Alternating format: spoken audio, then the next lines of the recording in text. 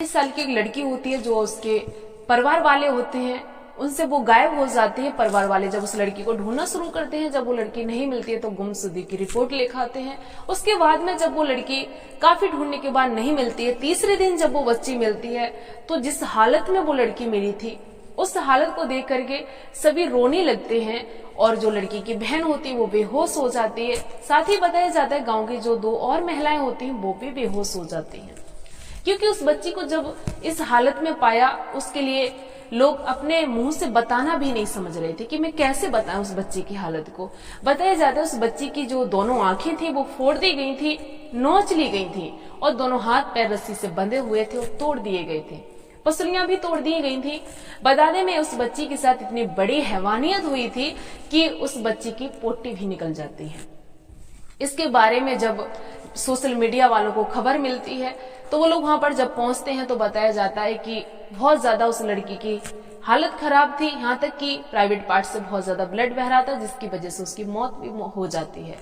वहां के एक सांसद होते हैं अवधेश प्रसाद, जब वो घर वालों से जाकर के पूछते हैं कि आखिर क्या हुआ, तो सबने बताया कि बच्ची बिल्कुल निर्वस्त्र पड़ी हुई थी जब हमें मिली है, उसकी दोनों आंखें नोच ली गई थी, उसकी पसलियां टूटी हुई थी, हाथ पैर तोड़ दिए गए थे, यहाँ तक कि इतनी बड़ी हैवानियत हुई थी, इतना घिनौना कृत्य हुआ था कि उस बच्ची की पोटी भी निकल जाती है। इस घटना को जब अवधेश प्रसाद जी ने सुना तो वो प्रेस कॉन्फ्रेंस करते हैं और उसी में पत्रकारों के सामने बिलख बिलख के रोने लगते हैं। इस घटना के बारे में जब वो रोने लगते हैं तो ये वीडियो और ज्यादा वायरल होने लगता है। इसके बारे में जिन्होंने सुना, जिन नेताओं ने सुना, वो सभी चर्चाएं करने लगते हैं कि ऐसा कौन है जिन्होंने इस बच्चे के साथ इतना बड़ा घिनौना कृत्य किया। आइए इसी घटनाक्रम को हम आज जानने की कोशिश करते हैं। आखिर उस बच्ची के साथ इतनी बड़ी दरिंदगी किसने की, आखिर कौन है वो दरिंदे जिन्होंने बच्ची के साथ इतनी बड़ी हैवानियतें की। आज हम इसी कहानी को जानने की कोशिश करते हैं।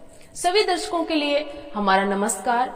आज की जो सच्ची घटना है हम ये सुनाने जा रहे हैं, ये है उत्तर प्रदेश के अयोध्या के कोतवाली के पास में एक गांव लगता है। वहां पर एक बच्ची जो ये अपने परिवार के साथ रहती है, जिस बच्ची का मानसिक संतुलन थोड़ा ठीक नहीं था, लेकिन बच्ची बहुत ज्यादा भोली भाली थी, अपने घर का पूरा काम भी बड़ी अच्छे से संभालती थी। उसके भोलेपन से सभी रिश्तेदार, सभी आसपास के लोग और घर वाले बहुत ज्यादा उसे प्यार करते थे, उसे बहुत ज्यादा चाहते थे। बताया जाता है कि उसी लड़की के गांव में एक धार्मिक कार्यक्रम चल रहा था। उसी कार्यक्रम में वो लड़की गई हुई थी। घर वालों को बता करके घर वालों ने इसलिए कोई चिंता की बात नहीं की, क्योंकि वो बच्ची पहले भी जाती थी, आती थी और आराम से अपने घर पे आ जाती थी। उसी तरह से वो लड़की धार्मिक कार्यक्रम जो वो चल रहा था कार्यक्रम, उसी कार्यक्रम में वो बच्ची अपने घर वालों को बोल करके चली जाती है। वो बच्ची जाती है। बच्ची जाने के बाद में जब वो नहीं आती है, इसके बाद जब घर वालों की आंख भी लग जाती है, जैसी सुबह आंख खुलती है तो देखा कि हमारी बच्ची नहीं आई है, तब वो काफी ज्यादा परेशान हो जाते हैं। परेशान होने के बाद में जब वो बच्ची को ढूंढना शुरू कर देते हैं और जब ढूंढते ढूंढते बच्ची नहीं मिलती है, इसकी खबर जब आस पड़ोस के लोगों को भी लग जाती है। आस पड़ोस के लोग हों या रिश्तेदार हों, सभी उस बच्ची को काफी ज्यादा ढूंढते हैं, क्योंकि वो बच्ची गई थी 30 जनवरी 2025 को लगभग रात के 10 बजे कार्यक्रम में, और जाने के बाद में वो लौट के नहीं आती है। 31 जनवरी 2025 की पूरा दिन निकल जाता है, पूरी रात निकल जाती है, मगर वो बच्ची कहीं नहीं मिलती है।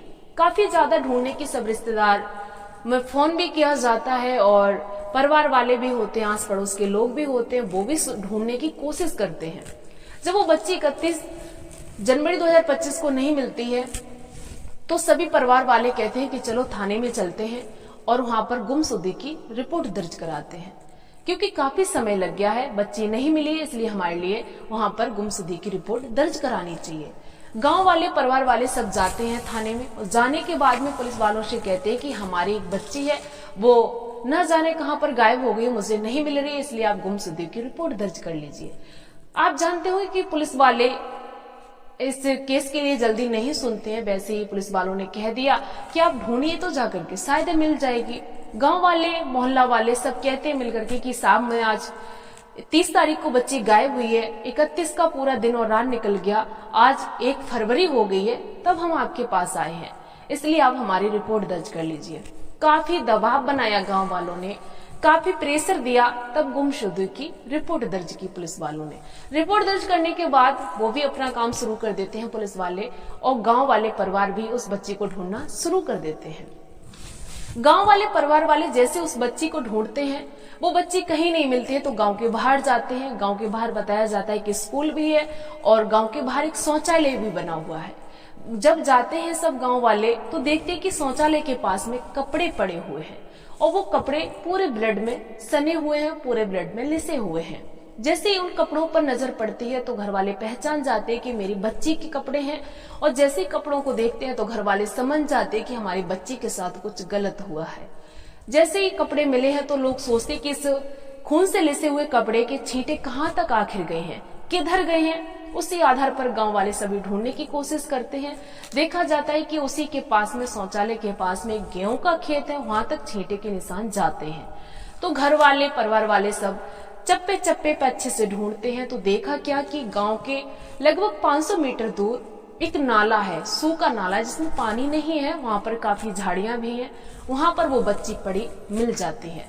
बच्ची को जैसे ही देखा, बच्ची जिस हालत में थी, आपके लिए हम क्या बताएं कि गांव वालों का कहना था जैसे ही बच्ची पास से देखी तो बच्ची की बहन होती है, क्योंकि ये जो लड़की होती है 4 बहनें होती हैं, तीसरे नंबर की ये लड़की होती है। इसकी एक बहन जैसे ही पास से अपनी बहन को देखती है तो बेहोश हो जाती है। पत्रकारों ने बताया है कि साथ ही गांव की जो 2 महिलाएं होती हैं वो भी बेहोश हो जाती हैं, क्योंकि जो लड़की जिस हालत में थी उस बच्ची के शरीर पर एक भी कपड़ा नहीं था, दोनों हाथ पैर टूटे हुए थे, और आंखें दोनों फोड़ दी गई थी, नोच ली गई थी। यहाँ तक कि आंखों में दीदे बिल्कुल भी नहीं थे, नोच ली गई थी फोड़ने के बाद में, और जो प्राइवेट पार्ट था उससे काफी ज्यादा खून बह रहा था। बच्ची का अंग अंग तोड़ दिया गया था, यहाँ तक कि पसलियां भी तोड़ दी गई थी। इतनी बड़ी उस बच्ची के साथ हैवानियत हुई थी, इतना बड़ा घिनौना कृत्य हुआ था कि उसकी पोटी भी निकल गई थी। इस खबर को जब जैसे ही पत्रकारों ने सुना तो इस वीडियो को बहुत ज्यादा वायरल होने लगा। सब लोग इसी वीडियो को देखने लगे कि आखिर कौन है जिन्होंने इतना बड़ा कृत्य किया है। इसकी खबर जैसे मीडिया वालों को लगती है, जैसे नेताओं को लगती है, सब अपनी अपनी चर्चा शुरू कर देते हैं आखिर कौन है जिन्होंने बच्ची के साथ इतना बड़ा घिनौना कृत्य किया, इसकी जांच की जाए।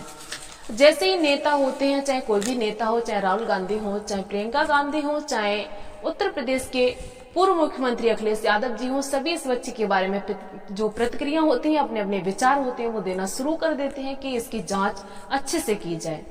बताया जाता है कि पुलिस वालों ने 4 टीमें गठित की, और गठित करने के बाद इस केस को अच्छे से छानबीन करना शुरू किया। तो बताया जाता है उस लड़की के गांव के ही 3 आदमी होते हैं, जिनका नाम होता है, पहले का नाम होता है दिग्विजय सिंह, दूसरे का नाम होता है विजय साहू, तीसरे का नाम होता है हरिराम कोरी। इन लोगों ने इस घटना को अंजाम दिया। बताया जाता है इनके लिए जो सबूत मिले थे, जिनके सबूत पर इनको उठाया गया है, तो सीसीटीवी के कैमरे के माध्यम से बताया जाता है, पुलिस वालों ने कहा है। और पुलिस वालों ने बताया कि जो मुखबिर होते हैं उन्होंने भी इन लोगों के बारे में ही चर्चा की, इसलिए मैंने इनको अरेस्ट किया है। अब हमारी पूछताछ है वो चल रही है।